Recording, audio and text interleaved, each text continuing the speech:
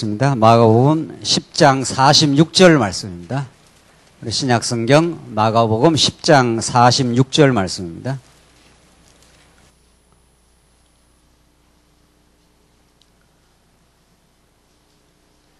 찾으신 줄 알고 봉독 드리겠습니다. 신약성경 마가복음 10장 46절입니다. 그들이 여리고로 들어갔다 예수께서 자기 제자들과 큰 무리와 함께 여리고에서 나오실 때에 맹인 거지인 디메오의 아들 바디메오가 길가에 앉아 있다가 나사렛 사람 예수님이시라는 말을 듣고서 부르짖기 시작하여 말하기를 다윗의 자손 예수님 저를 긍휼히 여기소서 하니 많은 이들이 그에게 조용히 하라고 꾸짖었으나 그는 더욱 크게 부르짖어 다윗의 자손이시여 저를 긍휼히 여기소서라고 하였다. 예수께서 걸음을 멈추시고 말씀하시기를 저 사람을 불러라 하시니 그들이 그 맹인을 불러 그에게 말하기를 용기를 내어 일어나라. 예수께서 당신을 부르신다 하니 그가 자기 겉옷을 벗어 던지고 벌떡 일어나서 예수께 왔다. 예수께서 그에게 대답하여 말씀하시기를 내가 너에게 무엇을 해주기를 바라느냐 하시니 그 맹인이 말하기를 랍비님 제가 다시 보기를 원합니다 라고 하였다. 예수께서 그에게 말씀하셨다. 가라 내 믿음이 너를 구원하였다. 그러자 그가 곧 다시 보게 되어 길에서 예수님을 따랐다. 52절까지 우선 봉독 드렸습니다. 우리는 지금 마가복음에 나오는 큰 그 흐름을 쫓아 우리가 복음 진리를 우리가 확인해 가고 있습니다. 성경 어디라도 중요하지 않는 말씀이 없지만은 특별히 마가복음은 마가복음을 포함한 이 사복음서는 신약 성경 전체를 이해하는 가장 기초가 되고 가장 근간이 되는 말씀이기 때문에 사복음서의 이해하는 것은 기독교됨을 위해서 가장 중요한 부분이 아닐 수가 없습니다. 우리가 그런 중요한 지금 복음서의 말씀을 우리가 줄기를 잡아 지금 확인하고 있는데 특별히 사복음서가 각각 어떤 특징을 가지고 있고 그것이 종합적으로 예수가 어떤 분이시라 하는 것을 밝히는 것은 지난 종교개혁 이후 500년 동안 긴 신학적 작업에서 언제나 숙제로 난제로 남아 있었습니다. 지난 시간 제가 잠시 밝혀드린 대로 최근에 유망하게 떠오르는 학자 중에 한 사람 마이클 버드라는 사람이 Jesus is the Christ, 예수는 그리스도이심이라는 책을 썼습니다. 그 책을 확인해 보면은 마태, 마가, 누가, 요한복음이 각각의 어떤 특징을 가지고 있고 그 전체가 예수는 그리스도라는 사실을 우리에게 밝혀주고 있다. 굉장히 흥미진진한 주장을 하고 있는데 그 내용을 구체적으로 읽어보면은 지금 우리가 확인하는 마가복음의 전체 구조와 이 주제에 대해서 접근하려고 애를 쓰긴 씁니다만은 언제나 그 한계가 있고 마가복음 전체를 싸잡아서 설명을 하지 못하고 있습니다. 그의 주장에 따르면 마가복음은 십자가에 못 박힌 그리스도다 이런 그 주장을 하고 있습니다. 마태복음은 다윗적인 그리스도다. 왜냐하면 아브라함과 다윗의 자손 예수 그리스도의 세계라 이렇게 해서 마태복음이 시작되기 때문에 구약의 그 관련성을 가지고 있다 이런 그 힌트를 하고 있는 거죠. 상당히 이제 접근을 하려고 애는 쓰는 겁니다.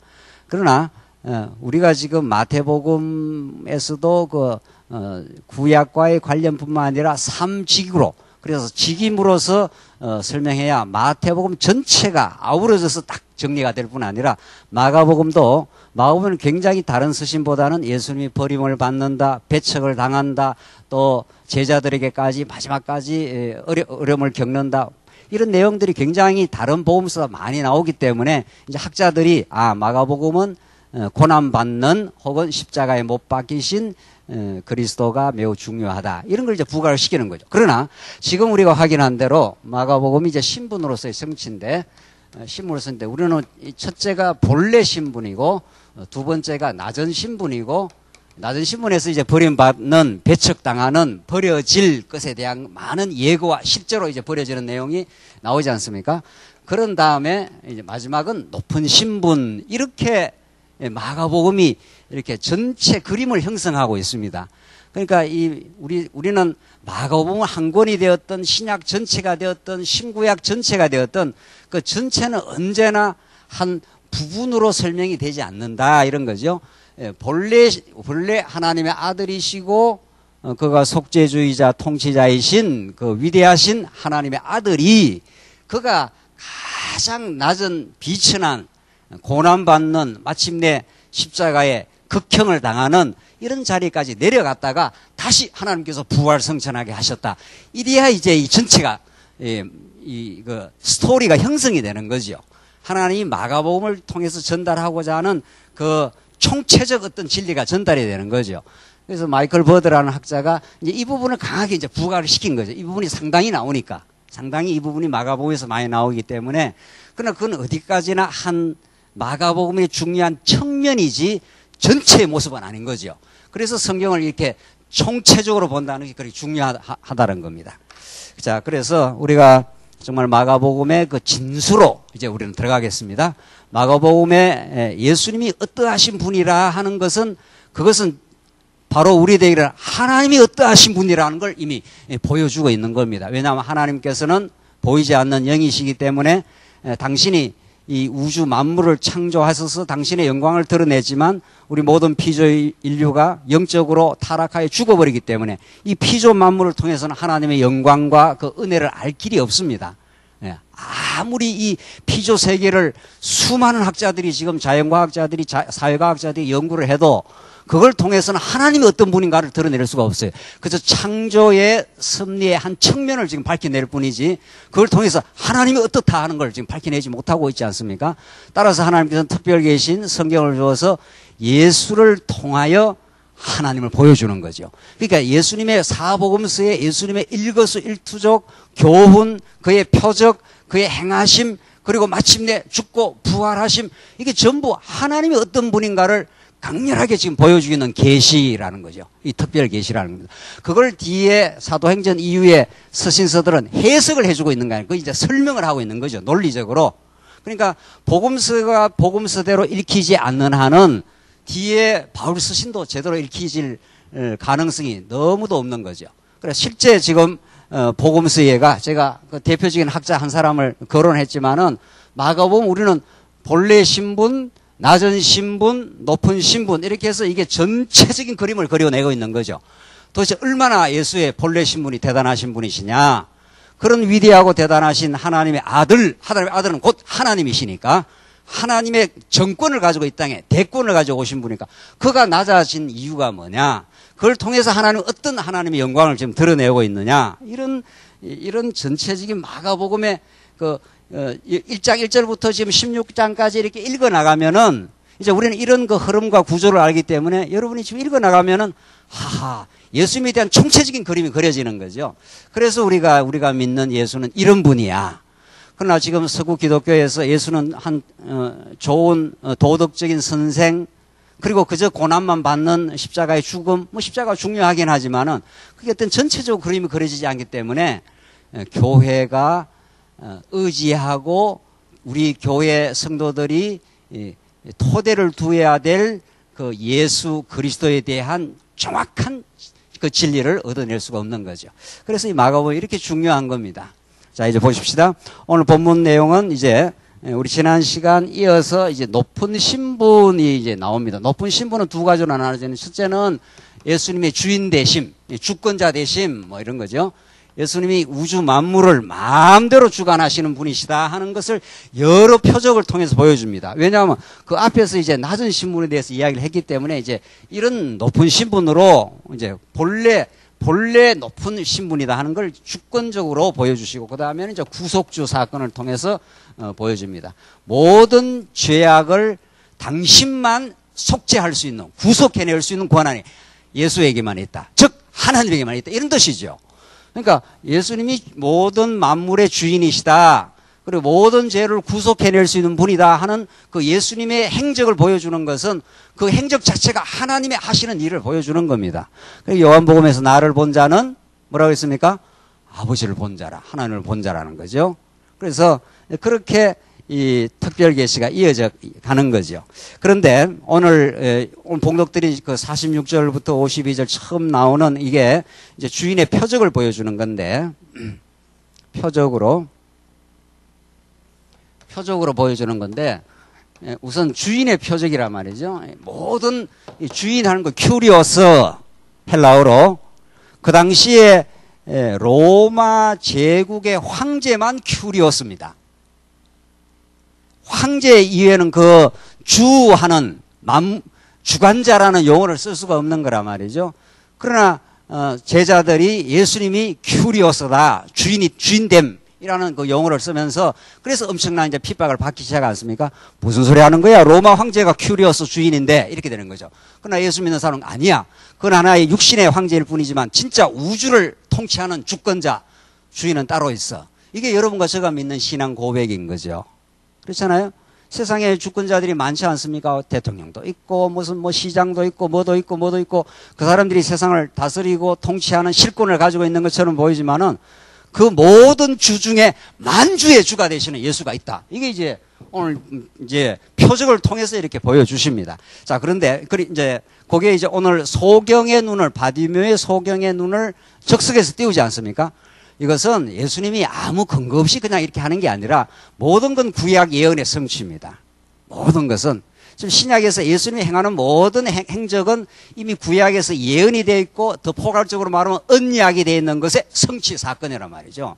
예수님이 하시는 일이 지금 하나님이 성취해가는 일을 보여주는데 그 이제 이미 우리가 잘 아는 대로 이사야서에 그가 오시면은 안전방위가 적석에서 일어나고 소경이 눈을 뜬다 예언이 돼 있는데 그 예언의 그 성취를 통해서 예수가 메시아임을 지금 보여주는 거 아니겠어요? 그래서 바디메오의 눈을 적석에서 띄워줌으로 누가 이런 일을 하겠어요? 세상에 어떤 주권자가 어떤 로마 황제가 지금 소경 눈을 적석에서 띄워줄 수 있느냐 말이죠.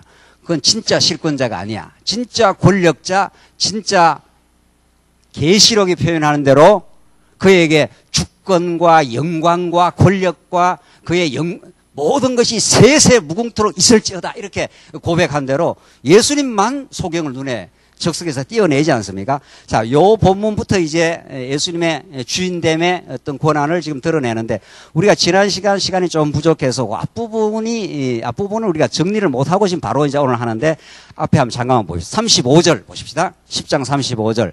어떤 사건이 마지막에 낮은 신부 마지막 부분에 딱 여기 위치하고 있는가 이걸 읽으시고 그다음 오늘 46절 이 소경을 눈 띄우는 사건을 한번 보십시다. 35절 세베대의 아들인 야고보와 요한이 예수께 다가와서 말하기를 선생님 저희가 선생님께 무엇을 구하든지 저희에게 하여 주시기를 원합니다 하므로 예수께서 그들에게 말씀하셨다. 내가 너희에게 무엇을 해주기를 원하느냐.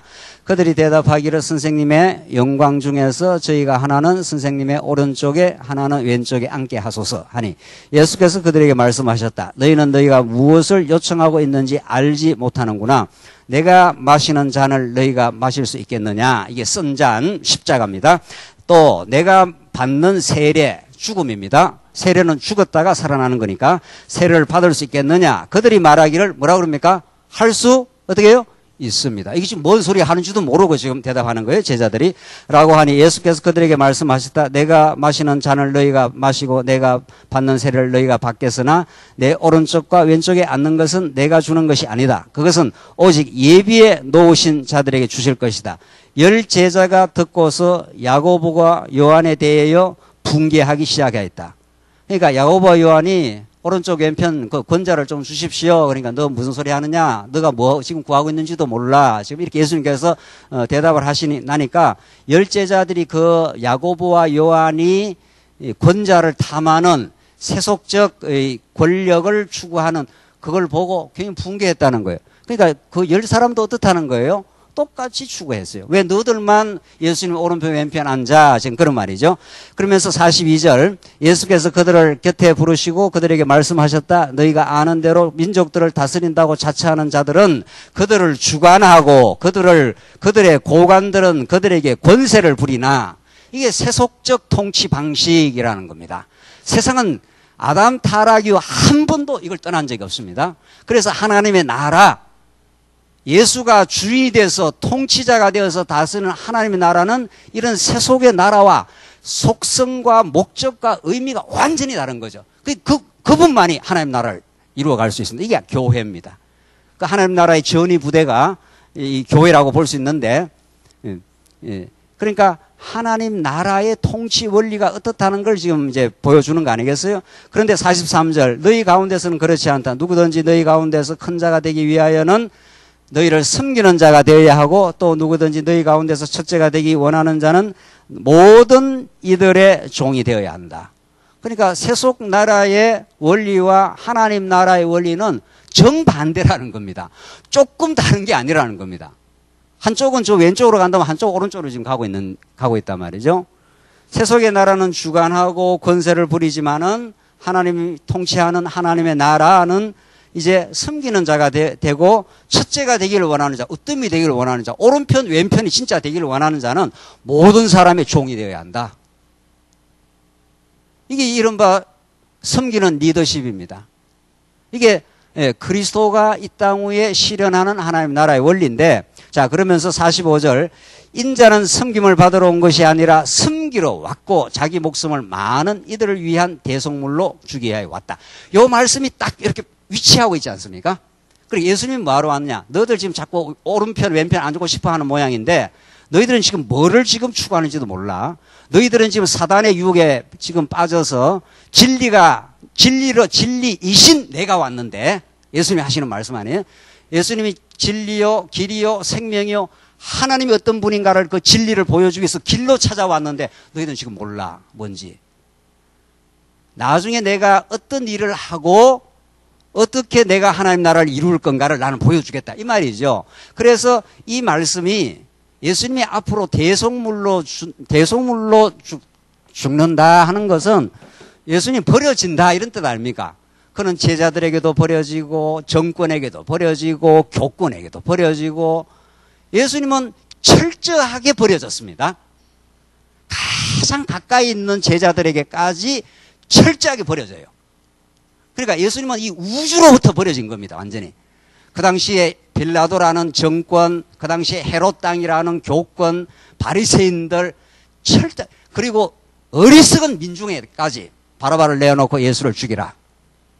자, 이게 이제 복음서가 아주 리얼한 스토리로 이제 전개를 해 나갑니다. 오늘부터 지금 여기 마지막 부분에. 그러니까 이게 하나님이 보십시오. 낮은 신분을 지금 쭉 예수님이 버림을 받는다. 선지자는 자기 고향 외에는 존경을 받지 못해. 이렇게 쭉쭉쭉 계속 버림을 받는 것을 예고도 하고 하다가 마지막 부분에 오늘 방금 복록 드린 대로 누가 오른편 왼편 앉겠습니까? 지금 그렇지 않습니까? 그러니까 모든 타락한 인간은 이걸 추구한다는 거예요.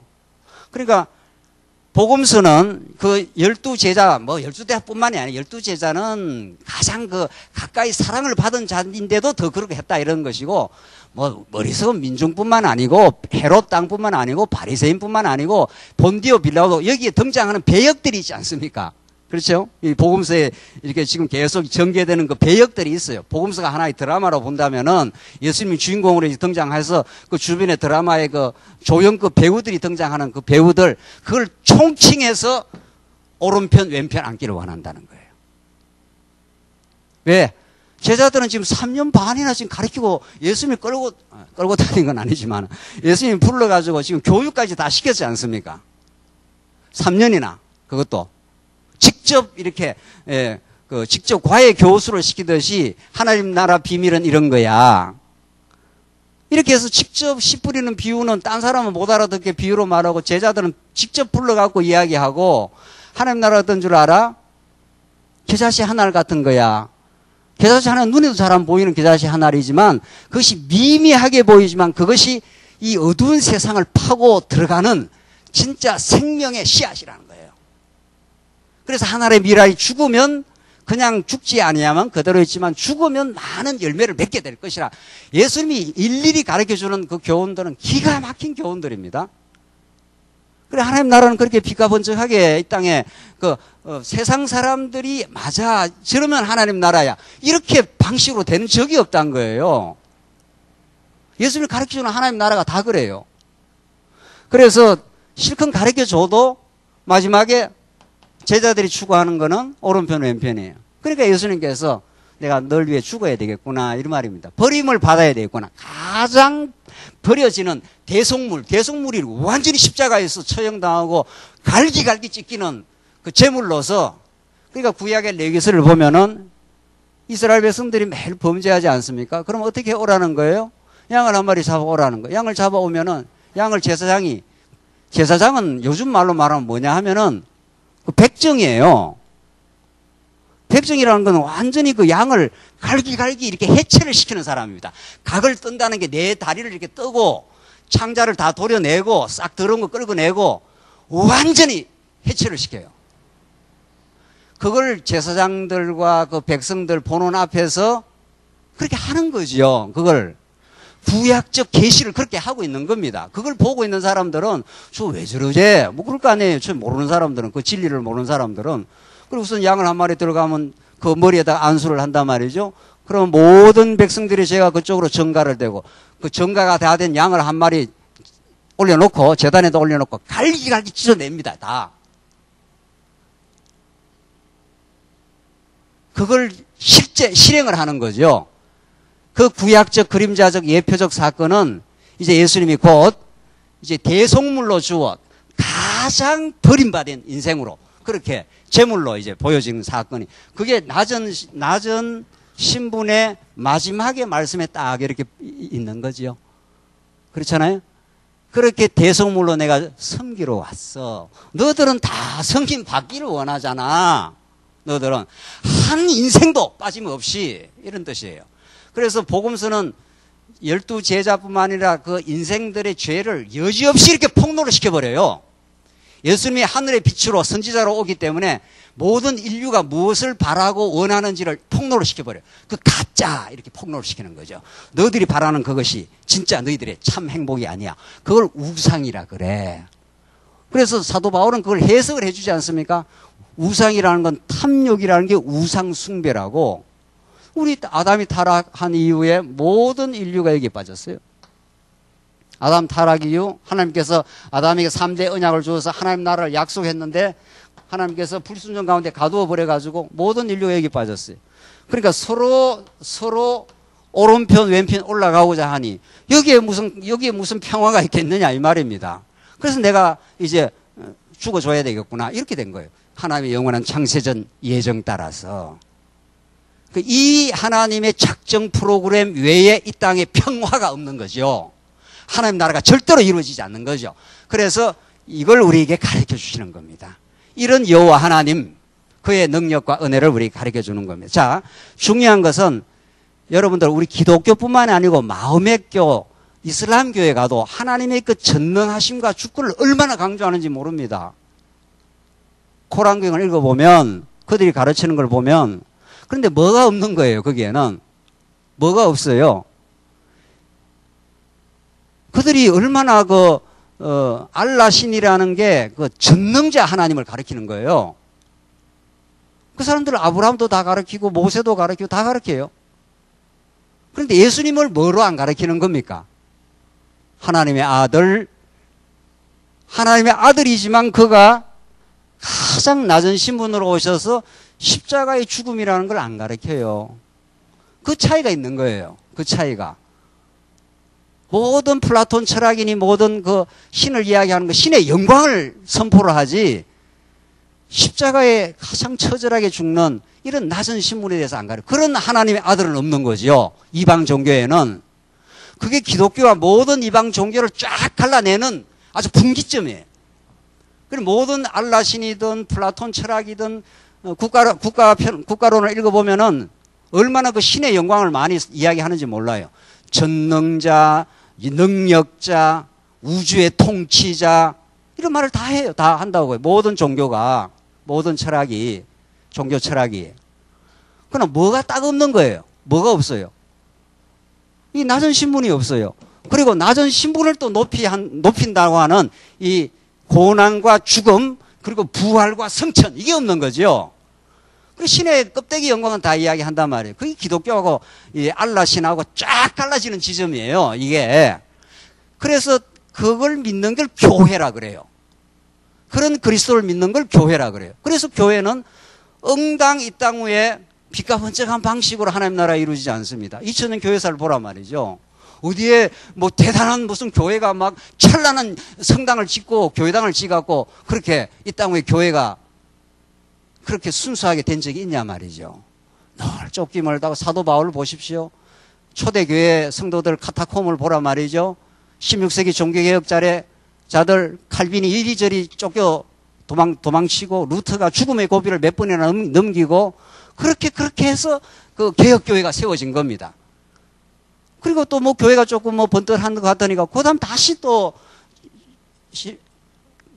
지금 구라파 교회가 시들시들 다 해져 버렸지 않습니까? 중국 교회가 저렇게 번창한 거는 다 고난을 통과한 겁니다.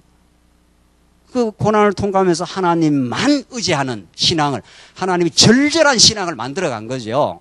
그래서 오늘 이 메시아 사건, 본래 신분에서 가장 낮은 신분을 보여주면서 오늘 본문 말씀이 너무도 드라마틱하잖아요. 낮은 신분을 말하는데 가장 높은 걸 원해, 인간은. 하나님은 가장 낮추어서 하나님의 영광을 지금 드러내는데 인간은 가장 높은 걸 자꾸 이렇게 원한단 말이죠. 그러니까 너희들로는 안 되겠어, 이 말입니다. 그래서 내가 성령을 보내주겠다 하는 게 이제 복음서가 지나고 나서 이제 성령을 보내시는 거 아니겠어요? 그래서 복음서는 너무도 인간들의 그 죄성을 잘 폭로해내고 예수가 메시아이심을 그렇게 드러내는 겁니다. 자, 그래서 우리가 그 본문 그 마지막에 낮아진 신문 가운데 그 마지막 부분을 우리가 아주 얼마나 이 복음서가 기가 막히게 정확하게 그 본문을 집어넣어 가지고 우리에게 설명해 주고 앞으로 대속물이라는 걸 통해서 높은 신분으로 예수님이 변해갈 걸 이미 힌트하고 있는 거지요. 대속물이라는 거는 죽긴 죽지만 다시 부활 성천하는 걸 대속한다는 거는 죽기만 해서 되는 게 아니잖아요. 죽어 부활해야 우리를 죄 가운데서 건져내서 하나님의 영광을 노래 부르게 만드는 거니까. 그게 딱 지금 45절에 앞으로 마가복음 뒷부분을 딱 이렇게 보여주고 있는 겁니다. 그렇게 우리 성경 개론이 강원집이 정확히 딱 이렇게 정리를 하고 있는 거죠. 놀라운 건지 놀랍지 않은 건지 뭐 그런가 보다. 이제 이렇게 보면 참 진짜 그런 거지요. 진짜 그러네. 마가복음이 진짜 그렇고 정말 이런 복음을 우리가 깨달을 때 하나님 어떤 분인가 우리가 정말 알고 확실하고 분명하구나. 이렇게 우리가 깨닫는 거죠. 자, 그래서 이제 이제 높은 신분 우리가 들어가겠는데, 우리 이미 말씀드린 대로 높은 신분 가운데 얼마나 주인됨. 참, 이 한마디에 모든 게 다 있는 거 아니겠어요? 우리가 이 주님이라고 기도하면 모든 게 다 끝난 겁니다. 모든 게 다 끝난 겁니다. 진짜 우리가 주님을 주님답게 고백하는 그 자리가 우리의 신앙의 자리니까. 그걸 지금 마가복음이 지금 설명을 하겠다는 겁니다. 예. 소경도 적각 눈을 띄게 한다. 11장 봅시다. 11장 보면은 나귀 새끼 하나를 그냥 예수님이 데리고 오라 이렇게 말합니다. 그거 타고 올라가게. 그 예수님 참 인간적으로 도덕적으로 하면 좀 문제가 많은 분이에요. 남은 내가 나귀 새끼를 왜 가져오라 그랬냐 말이죠. 여러분 집에 가서 어떤 사람이 여러분 집에 있는 거 내가 가져간다 이러면 여러분들 뭐라고 생각하겠어요? 이 정신 나간 인간이 하나 있나? 이렇게 이야기하지 않겠어요? 그렇잖아요. 예수님께서. 그 말이 11장 1절. 그들이 예루살렘 가까이고 올리브산 근처에 벳바게와 베다니에 이르렀을 때 예수께서 자기 제자들 중 둘을 보내며 그들에게 말씀하셨다. 너희는 맞은편 마을로 가라. 그곳에 들어가면 아직 아무도 타본 적이 없는 나귀 새끼가 메어 있는 것을 곧바로 발견할 것이다. 그것을 풀어서 끌고 오너라. 누가 너희에게 어찌하여 이렇게 하십니까? 당연히 묻죠. 이 사람이 정신 나갔어. 왜 이래? 우리 나귀 새끼 내 거야. 이런 말 아닙니까? 라고 말하면 뭐라고 그 다음에 돼 있습니까? 여러분들 읽으세요. 그거는. 주께서 어떻게 해요? 쓰시겠다 하십니다. 지금 우리가 지금 목화 주제가 뭐예요? 여기 주제가 뭐예요? 요 부분의 주제. 예, 근본 주제 말고, 주제하면 만날 하나님 여호와만 자꾸 나오니까, 그거 말고, 요 부분의 주제가 뭐예요, 지금? 주인, 모든 만물의 주관자. 그러니까 나귀 새끼 하나를 마음대로 끌어올 수 있는 걸 보여줌으로 내가 만물을 주관하는 자다 하는 걸 지금 보여주고 있는 거란 말이죠. 그건 하나의 작은 예고. 그렇잖아요? 그 나귀 새끼가 그 사람 주인이 따로 있는데 왜 예수님이 가져오라 말라 해? 도덕적으로 인간적으로 말하면 예수님이 틀린 거지. 그렇잖아요? 그래서 지금 복음서를 우리가 읽는 하나의 관점인데, 예수님이 바다를 잠잠케 하고 바람을 잠잠케 하고 나귀 새끼를 마음대로 가져오라 말라 하고 또 그라사 그라사 그 광인 있지 않습니까? 그라사 무덤 사이에서 막 족쇄 풀고 쇠사슬 풀고 지멋대로 그 발광하는. 그래서 아무도 그 사람을 건드릴 수가 없어요. 그 사람을 예수님이 가가지고 일시에 어떻게 합니까? 예. 그 귀신 들린 그라사 그 미신광이 말이죠. 그 예수님 앞에 오면 다 뭐가 되는 겁니까? 순한 뭐가 되는 거예요. 순한 양이 되는 거예요. 야, 이리 와, 이리 와, 이런 거죠. 그 사람은 쇠사슬도 막 마음대로 풀어버리고, 나가보면 아시나 모르시나, 이게. 그라사 광인 말이죠. 그래서 쇠사슬도 풀고 족쇄도 막 풀어버리고, 사람들이 이 사람을 의거할 수가 없어요. 그 무덤 사이 왔다 갔다 하니까 얼마나 무시무시하겠어요, 또. 근데 예수님 앞에 가면 다 뭐가 되는 겁니까? 다 그냥 순한 양이 되는 겁니다. 이리 와, 이리 와. 그렇게 해서 그 안에 들어있는 너 귀신, 무슨 귀신 이름이 뭐야? 이렇게 묻잖아요. 그럼 뭐라 그럽니까? 군대 귀신입니다. 그 많다, 이런 말이에요. 그러니까 들어가, 저쪽으로, 어디로? 돼지떼로. 그래서 예수님이 그 돼지떼 군대 귀신 들린 그라사 광인을 마음대로 주관합니다. 따지고 보면 세상은 그라사 광인처럼 사단의 유혹을 받는 이 세상입니다. 여러분과 저도 마찬가지예요. 만약에 진리로 우리가 붙들리지 않았으면은 우리는 다 미쳐 돌아가는, 예, 이 세상이 지금 다 미쳐 돌아가는 거 아니겠어요? 예, 세상 권력과 세상 재물과 뭐가 인생의 참된 가치인지, 하나님이 살아 계신지 안 계신지, 역사는 어디로 가는지 아무것도 모르고 세상은 지금 미쳐 돌아가는 거죠. 예. 지난 주일날 슈퍼차이나라고 하는 그 8부작인가 중국에 지금 강력한 부각되는 그 중국에 대한 그 다큐멘터리 드라마가 있었는데, 중국은 뭐 미쳐 돌아가더라고요, 지금. 예. 정말 이제 우리 뭐 한국은 아무것도 아니에요, 이거는. 그게 뭐 대단한 무슨 세상에 중국이 대단한 영광처럼 보이지만 그 신앙적 관점에서는 그거 미쳐 돌아가는 겁니다, 그게. 부와 그 영광과 그 중국몽 해가지고 말이에요, 시진핑이. 중국의 꿈을 이 땅에 실현하겠다고. 그럼 뭐 실현해서 어쩌자는 거예요. 그래서. 이 세상이 다 미쳐 돌아가는 그라사 광인 같은 거지 뭐예요. 따지고 보면. 그러나 하나님이 하나님의 아들 예수가 통치자로 등장해서 이리 와. 너 누구야? 군대 귀신이야? 돼지떼로 들어가서 완전히 정신이 온전하게 그 귀신으로부터 해방시키고 온전한 정신으로 딱 만들고 사람들이 놀랬다. 그렇게 돼 있잖아요. 그 통치자, 예수님의 통치자임을 보여주는 그 자리에서. 그러니까 예수님이 이런 분이시라는 거예요. 예수님이 그런 주권자라는 거예요. 그 앞에서도 이미 본래 신분에서도 밝혀냈지만은 여기 다시 한번 이런 높은 신분에서 지금 또 밝혀내고 있는 거죠. 소경도 마음대로 주관하고 주가 쓰시겠다 하면 나귀 새끼를 마음대로 부릴 수가 있고, 그러니까 뭐라고 그럽니까? 4절, 그들이 가서 길가 문 바깥에 매어있는 한 나귀 새끼를 발견하고서 그것을 풀고 있었는데 거기 서 있는 어떤 이들이 그들에게 말하였다. 당신들이 그 나귀 새끼를 풀어서 무엇을 하려고 합니까? 제자들이 예수에게 말씀하신 대로 그들에게 말하자 그들이 허락하였다. 그 사람들은 의아한 거죠. 왜 나무 나귀 새끼를 가져가느냐? 그러니까 예수님이 하신 그 말씀을 그대로 하니까 즉각 허락을 해버렸습니다. 이 사건은 작은 사건처럼 보이지만 예수가 만물을 주관하는, 나귀 새끼 하나까지도 마음대로 주관하는, 당신이 쓰시겠다 하면 쓰는 거죠. 당신이 안 쓰겠다 하면 안 쓰는 거죠. 예. 하나님 나라 일꾼도 마찬가지 아니겠어요? 당신이 하시는 대로 지금 역사를 지금 주관해 가시는 거죠. 그래서 우리는 교회 이 일 자체가 중요한 게 아니라 그 일을 통해서 하나님을 지금 배워가는 거예요. 하나님의 주권됨을, 예수 그리스도의 주인 되심을 우리가 배워가는 거죠. 그게 우리 교회 일을 하는 목적 아니겠어요? 뭐 하나님의 능력이 없어 우리를 쓰시겠어요? 당신은 우리에게 하나님의 주권됨을, 예수 그리스도의 주권자 되심을 우리에게 가르쳐 주시려고 지금 모든 교회 일을 하게 하신다. 그렇게 하면은 우리가 교회 일을 하고 나서도 늘 마음에 감사가 있고 하나님 그 주권적 은혜에 대한 기쁨이 있는 거죠. 그걸 우리가 갖게 하는 게 목적 아니겠어요? 뭐 우리가 무슨 앵벌입니까? 일 시켜갖고 뭐 하나님이 우리 아니면 일을 못해서 우리를 일시키게 해요? 여러분과 저는 너무도 소중한 하나님의 자녀예요. 눈에 넣어도 담이 없는 우리는 하나님의 아들이란 말이죠. 그러니까 우리에게 결국 하나님의 은혜와 그 능력을 가르쳐 주는 거란 말이죠. 오늘 지금 마가복음이 그런 예수를 지금 가르쳐 주는 겁니다. 이런 하나의 사건들을 통해서. 그 다음에 12절 가보십시오. 이튿날 그들이 베다니에 나왔을 때 예수께서 시장하셨다. 멀리서부터 잎이 있는 무화나무를 보시고 그 나무에 무엇이 있을까 하여 가셨으나 잎사귀밖에는 아무것도 찾지 못하셨으니 이는 무화과의 때가 아니었기 때문이다.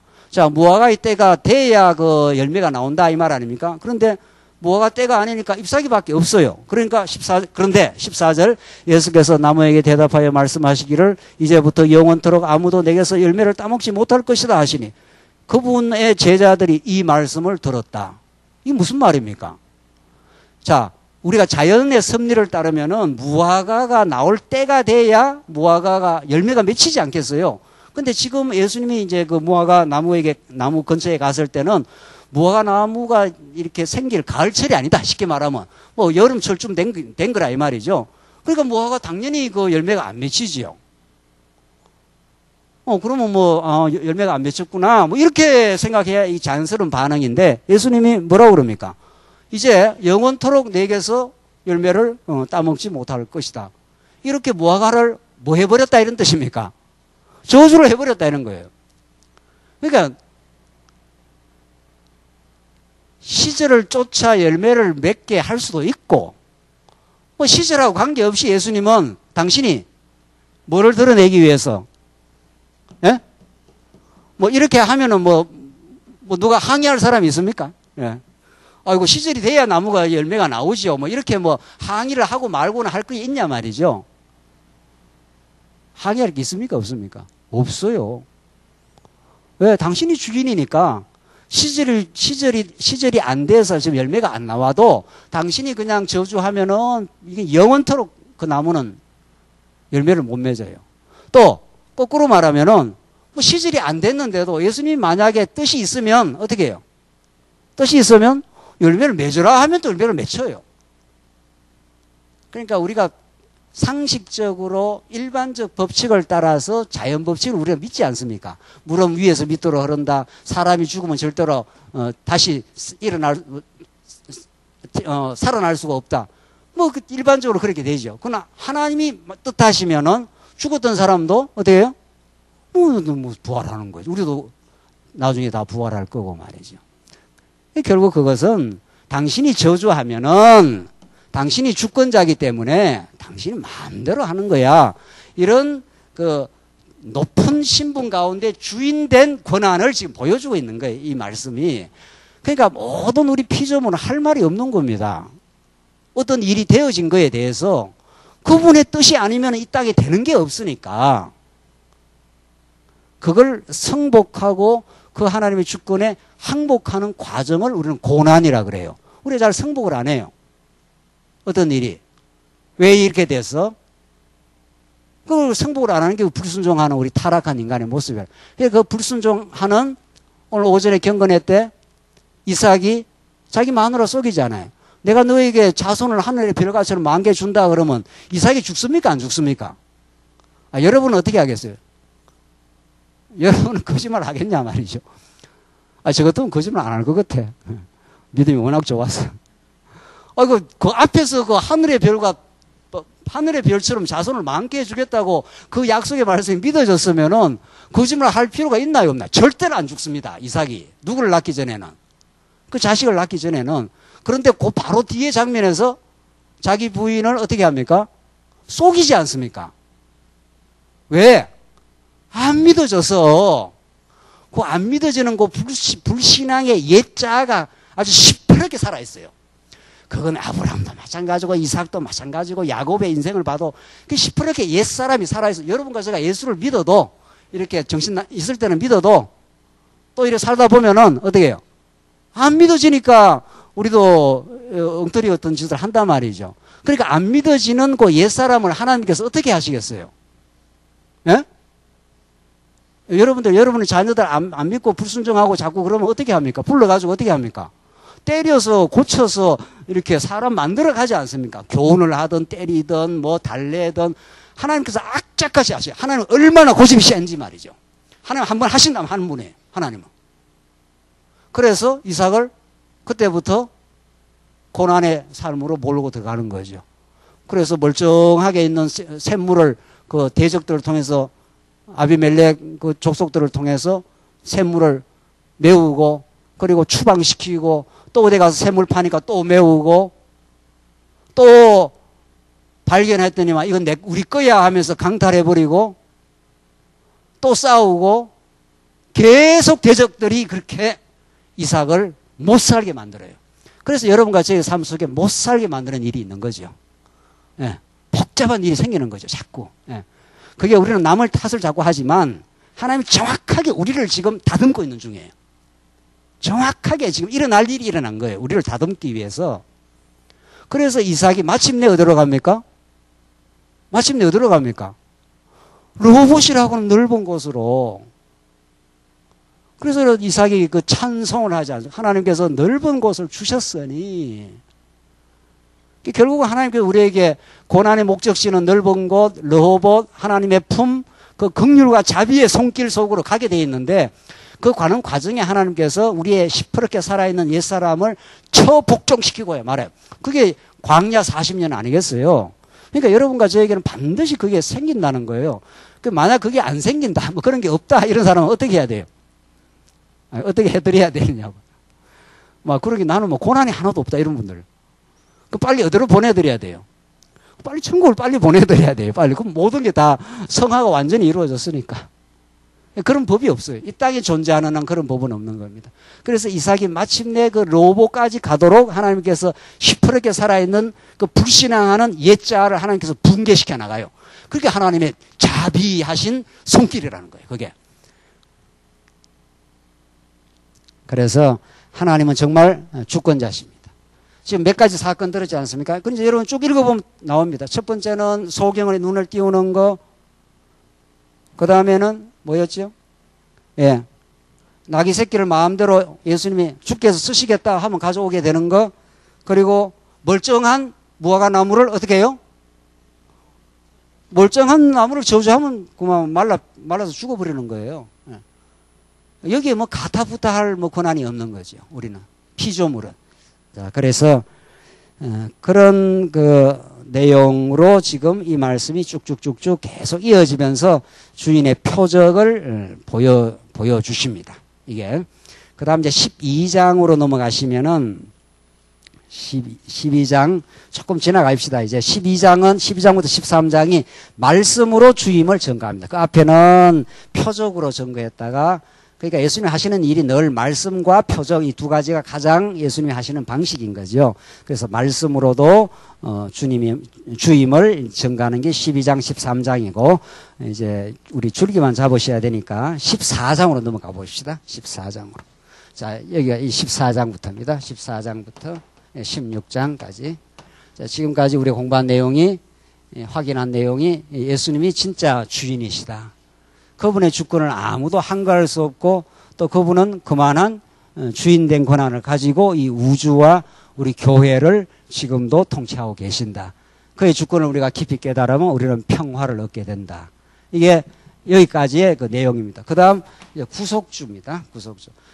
주인일 뿐만 아니라 우주를 통치하는 주인일 뿐만 아니라 이 주인이라는 건 하나님의 나라하고 관계가 되어 있는데 이 우주 만물 그리고 하나님의 나라의 전형인 이 교회를 다스리고 통치하는 주인이 어떻게 그 행하시느냐 하면은 구속의 대속의 죽음을 통해 하나님의 나라를 이루어 가신다. 이게 이제 구속주입니다. 한번 보십시다.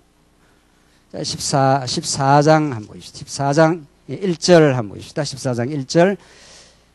이틀이 지나면 유월절과 무교절이었다. 대제사장들과 서기관들이 어떻게 예수님을 강제로 붙잡아 죽일지 그 방법을 찾고 있었다.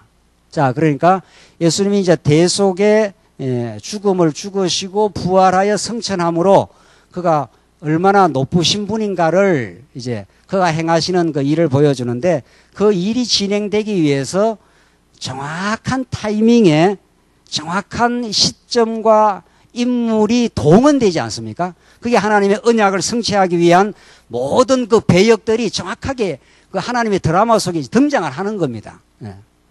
우리 인생사도 그렇고 우리 교회사도 그렇고 우리 성경의 이 계시사도 마찬가지듯이 예수님이 6월절 날 죽으셔야 되기 때문에 정확하게 그때 이제 등장인물들, 배역이 등장하는 겁니다. 그러니까 이 우주 만물 역사는 하나님의 역할극이 지금 수행된다고 보면 틀림이 없습니다. 그 역할극의 주제가 뭡니까?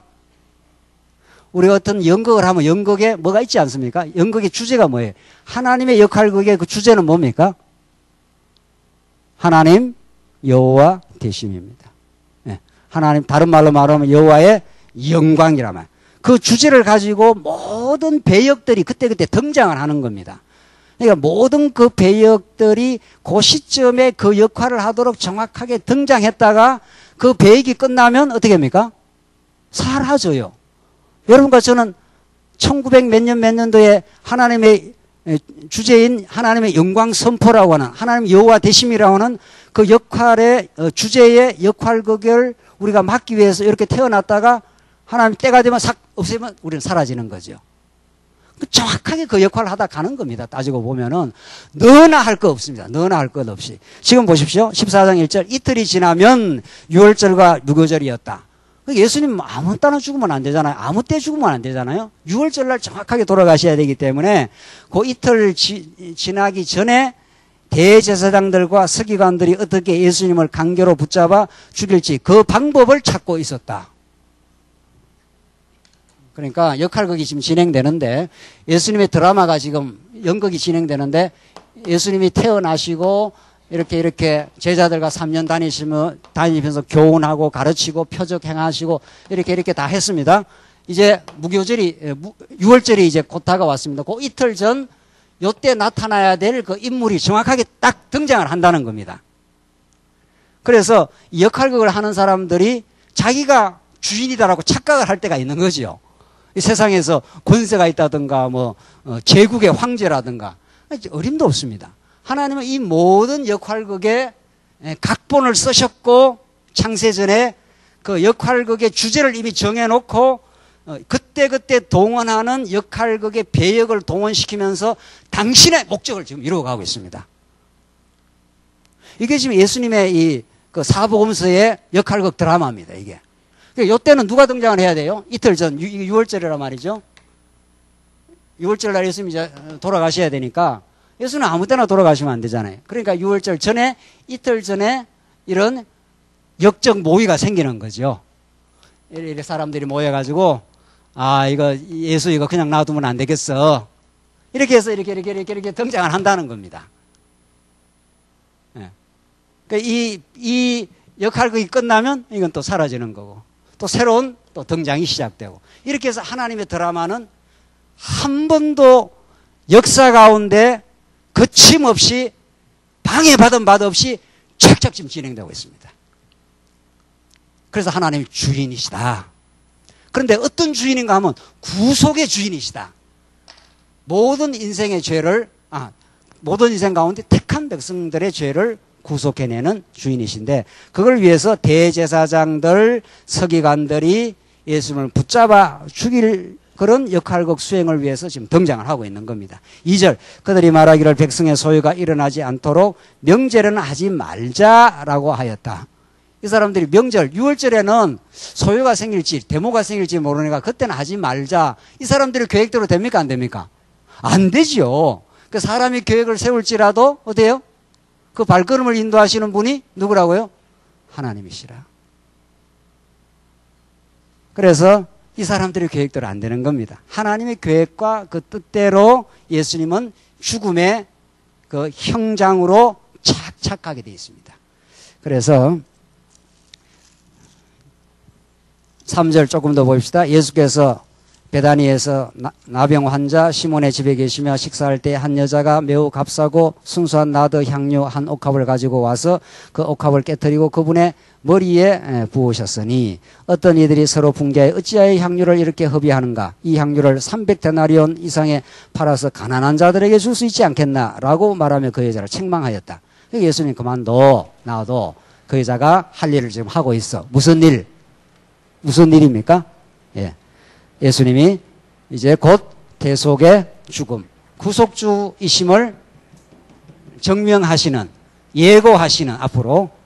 그러니까 향유라는 건 죽은 자에게 뿌리는 거니까 예수님 이제 곧 구속주로서 하나님의 모든 택한 백성들의 그 지긋지긋하고 강팍한 그 죄악을 정리해 주시고 우리를 자유의 나라로 해방시키려고 하나님이 구속의 죽음을 행하실 것이라는 예고를 지금 하고 있는 거죠.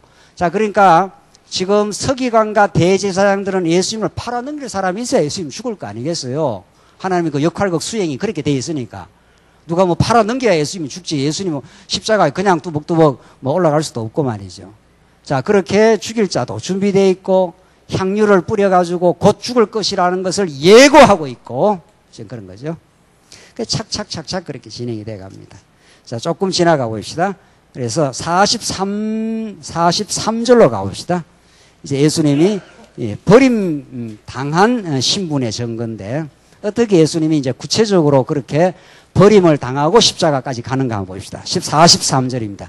이 부분이 여러분들 개론해 보시면 이제 버림당한 신분의 증거해서 버림받아 치욕을 당할 것을 누구한테? 제자들한테까지도 치욕을 당할 걸. 그걸 43절부터 이제 증거하는다. 보십시다. 예수께서 아직 말씀하고 계실 때에 그 12 중 하나인 유다가 왔는데 그와 함께 대제사장들과 서기관들과 장로들로부터 보냄을 받은 무리가 금과 몽둥이를 들고 왔다. 예수님을 넘겨줄 자가 그들에게 신호를 정하여 주면서 말하기를 내가 입맞추는 자가 바로 이 사람이니 그를 잡아서 단단히 끌고 가라고 하였으므로 그가 와서 곧바로 예수께 다가와 랍비님 하고 말하며 그분께 입을 맞추었다. 지금 뭐 하고 있는 겁니까 이거 지금? 이거 재미나지 않습니까? 성경 너무 재미나요. 뭐 저거들끼리 작전 짜가지고 지금 뭐 하고 있는 겁니까? 예수를 이렇게 잡아가지고 이 사람 딱 하면 이 사람이 뭐 우리가 잡아 죽여야 될 인물이니까 이렇게 하자 해서 뭐 자기들끼리 작전 짜고 작전해갖고 뭐 이렇게 지금 진행하고 있는데 하늘에서 하나님은 뭐 하고 계십니까? 예. 이 극본을 누가 짜셨다고요? 하나님께서 이 대본과 극본을 다 짜놨어요. 그래서 자기들은 자기가 뭔가 이렇게 해서 예수 하나 죽여버리면 자기들이 세상을 만들겠다. 이게 사단의 괴계예요. 예수를 죽여버리면은 이 사단이 이 우주를, 이 세상을 지배하겠다고 하는 이런 생각을 가지고 착착 진행하고 있는 거죠. 입 맞춰라. 그러면 딱 그때 타이밍을 놓치지 마라. 그래서 딱 잡아내라. 뭐 이런 거죠.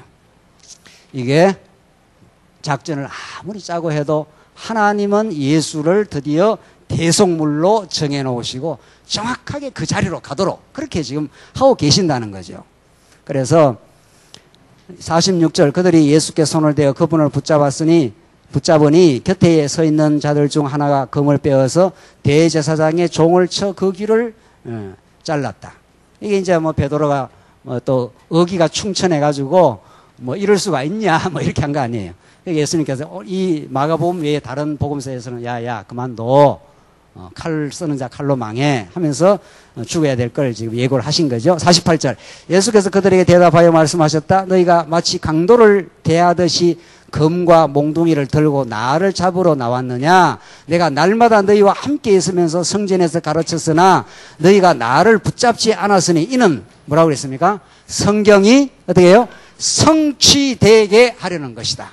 그러니까 예수님의 일거수일투족, 지금 예수님이 지금 십자가에 딱 잡혀가는 모든 시점과 방법과 모든 것이 뭐를 뭐되게 하려고 성경을 어떻게 해요? 성경되게 하시려고. 야, 금과 몽둥이 들고 무슨 강도 잡으러 왔어? 예수님 하시는 그 표현이 얼마나 재밌나요? 너희들 성전에서 얼마나 많이 가르쳤어. 정확하게 6월절 날 정확하게 십자가에서 나무에 매달려 죽는 방식으로 그렇게 저주받아 죽을 거야. 이게 성경을 성취하려고 그렇게 한 거야. 그 예수님의 일거수일투족은 정말 하나님의 주권과 영광과 그의 행하심과 마침내 하나님의 자비하심을 우리 언약 백성들이 보여주는 방식인 거죠. 이게 하나님이 우리에게 가르쳐주는 복음입니다. 자, 그렇게 했는데 20절, 50절 보십시오. 그러자 제자들이 모두 예수님을 뭐라고 되어 있습니까? 버리고 이렇게 되어 있어요. 여기서도 얼마나 그 낮은 신분에서도 그 버려질 것을 많이 예고했는 대로 실제로 구속주의 신분 가운데 버려질 것이 다시 이렇게 반복적으로 등장하지 않습니까? 버려졌다가 다시 성천하게 될 것을 이렇게 보여줘야 되니까. 그래서 예수님은 정말 그 당시 교권주의자들, 그 당시에 정권 실력가들, 이런 사람들한테 버려진 거는 또 괜찮아요. 그렇잖아요. 뭐, 어차피 예수님의 진리를 뭐, 그 사람들은 모르는 거니까. 모르고 자기들의 유익을 따라서 이해관계 판단을 따라서 빌라도는 적당하게 기회주의자의 역할을 했지 않습니까? 손 씻고 말이에요. 나는 저 사람의 죄와 상관없어. 그러면서 그들에게 맡겨버린 거죠. 그러나 그 죄를 피할 길이 없는 거죠. 예. 그러니까 기회주의자도 있고, 뭐, 앞에서 나서는 자도 있고, 바라바 내놓고 죽이라고 하는 어리석은 군중도 있고, 별 일들이 다 일어나죠. 예수님에게. 그러나 예수님에게 인간적으로 가장 가슴 아픈 일이 뭡니까? 가장 가슴 아픈 일이.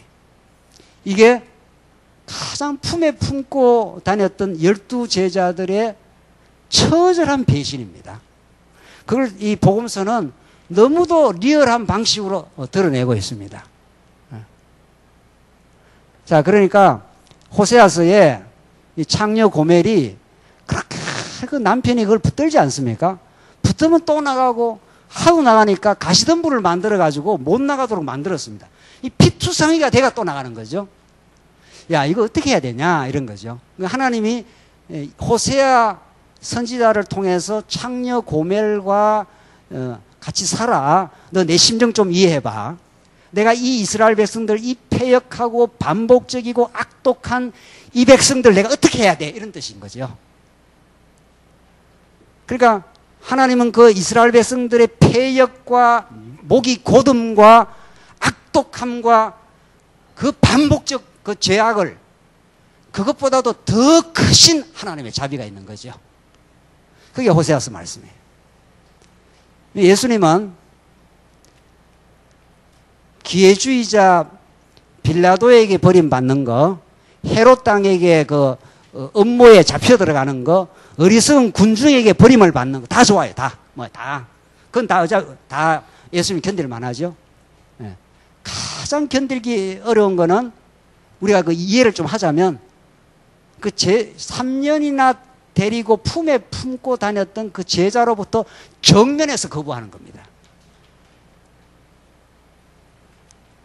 그렇게 인간이 악독하고 그렇게 자기중심적이고 인간은 스스로의 힘으로는 결코 하나님의 나라를 이룰 수가 없습니다. 그걸 이 복음서는 너무도 곡절하게 보여주고 있습니다. 여러분과 저에게. 절대 너들은 하나님 나라를 못 이뤄. 너들은. 그러니까 내가 이루어주지. 내가 하늘의 약속을 따라서 내가 성령을 너에게 보내주어. 너희들로부터 하늘로부터 성령이 임하시면 너희들처럼 연약하고 악독한 인생들이 권능을 입어 예루살렘과 유다와 사마리아와 어디까지? 땅 끝까지 이르러 내 정이 되도록 내가 만들어 주겠다는 거예요. 그걸 복음이라 그래요. 그걸 하나님의 위대한 자비의 승리라 그래요. 그게 호세아서가 우리에게 가르쳐주는 바예요. 이거 도대체 어떻게 해야 돼? 이거 창녀 고멜 이거. 언 맷을 두고 다시 사와대로 다시 튀어나가잖아요. 그게 이스라엘 백성들의 죄악된 모습이요. 여러분과 저의 끊임없이 저항하고 하나님께 반항하는 죄악된 모습. 그래서 50절에 제자들이 모두 예수님을 버리고 도망쳤다. 51절 한 청년이 맨몸에 천을 두르고 예수님을 따라오다가 사람들이 그를 잡자 배 홑 이불을 버리고 맨몸으로 어떻게 해요? 도망쳤다. 이런 거 좀 성경에 기록 안 해놓으면 좋잖아요. 예? 맨몸으로 막 있고 있다가 막 하도 급해가지고 막 홑이불까지 벗고 홀랑 도망쳤다는 거예요. 참 성경 너무 재미나네요. 예. 그렇게 목숨 하나 부지하는 게 그렇게 급해서 막 다급해서 예. 옷을 벗었는지 입었는지도 모르고 지금 도망친 것 같다. 성경에다 이걸 진리의 말씀이라고, 이걸 계시의 말씀이라고 기록을 왜 해놨겠어요? 이게 진짜. 그래서 인간에 대해서 기대한다는 건 정말 아직은 복음을 모르는 겁니다. 너나 할 것 없이 여러분 누구를 지칭할 것도 없고 자기 자신에 대해서 처절한 절망을 해보지 않으면 예수를 그리스도로 믿는다는 게 허공을 치는 말일 수가 있어요. 정말 내가 어떤 존재라는 거. 홑입을 벗어 던지고 맨몸으로라도 주랭랑 치면서 내 목숨 하나 구해야 되겠다고 그렇게 예수님이 3년이나 때리고 다니면서 사랑하고 다 했지만은 그 인간이 그렇다는 거예요. 이 12 제자들이 사도행전에 가면 어떻게 변합니까? 담대하고 불의를 타협하지 아니하고 정말 하나님의 나라를 위해서 기꺼이 고난으로 뛰어들어가는 놀라운 하나님의 사도들이 되는 겁니다. 진짜 하나님께서 그렇게 그들을 권능을 주어 땅끝을 향해서 복음을 전파하도록 그렇게 2000년 교회사가 그걸 생생하게 우리에게 증언하고 있습니다. 오늘 마가복음 마지막인데 이제 마가복음 16장 17절 읽고 끝내죠. 16장 17절 마지막입니다. 주 예수께서 그들에게 말씀하신 후 하늘로 들어 올리셔서 하나님 오른쪽에 어떻게 해요? 앉히셨다 이렇게 되어 있어요. 자, 예수님이 주인됨을 전가하시고 그들을 구속하기 위해서 인생이 얼마나 허무한 존재이며 호딥을 벗어던지고 맨몸으로 도망치는 그런 인생임을 다 폭로시키고 나는 너를 위해서 죽고 고난받아 십자가에서 처절한 죽음. 십자가가 도대체 뭡니까? 십자가는 세상이 볼 때는 무력하고 비참한 것이 십자가의 상징이지만 하늘의 관점, 신앙의 관점을 볼 때는 십자가야말로 하나님의 능력과 지혜를 보여주시는 방식이라고 고린도전서가 우리한테 생생하게 증언하고 있습니다.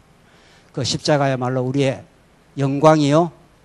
진짜 십자가야말로 우리의 모든 죄악을 청산하는 유일한 길이요.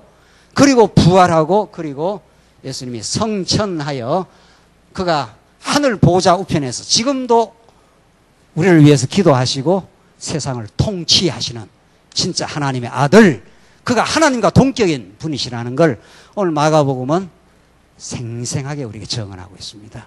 이 복음이야말로 우리에게 영원한 진리, 영원한 하나님 나라를 이런 방식으로 예수님께서 우리에게 잘 보여주고 계신다.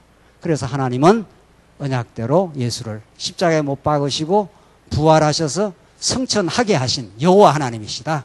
그분의 영광과 그분의 은혜만이 우리 모든 인생의 참된 가치임을 오늘 본문은 우리에게 잘 가르쳐 줍니다. 기도하십시다. 자비하신 하나님 아버지 은혜를 감사합니다. 마가복음 말씀 우리 잘 배웠습니다. 참으로 본래에 높으신 예수님께서 가장 비천하시고 처참한 십자가를 걸머지시고 죽으심으로 하나님의 사랑과 영원한 작정하심을 우리에게 이루어 주셔서 너무도 감사합니다. 이제 부활하셔서 성천하시고 하나님 보좌 우편에서 지금도 굽어 살피시는 그 하나님의 자비한 손길 속에 우리의 인생과 우리 교회가 있음을 믿고 우리가 두려움 없이 전진하게 하시옵소서. 예수님 이름으로 기도하옵나이다. 아멘.